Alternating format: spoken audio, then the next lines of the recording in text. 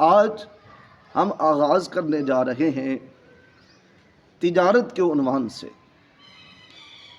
یہ تجارت کا عنوان منتخب کیوں کیا؟ وجہ یہ ہے کہ اس دور میں رزق حلال کمانا اور رزق حلال کھانا یہ انسان کے لیے بڑی آزمائش بن چکا ہے، اور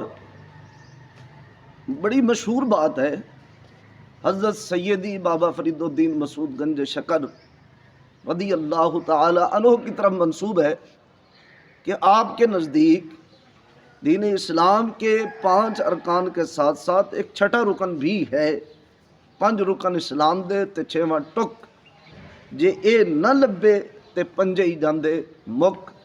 یعنی روٹی اتنی اہم اور ضروری ہو چکی ہے اس زمانے میں کہ اگر بندہ عبادت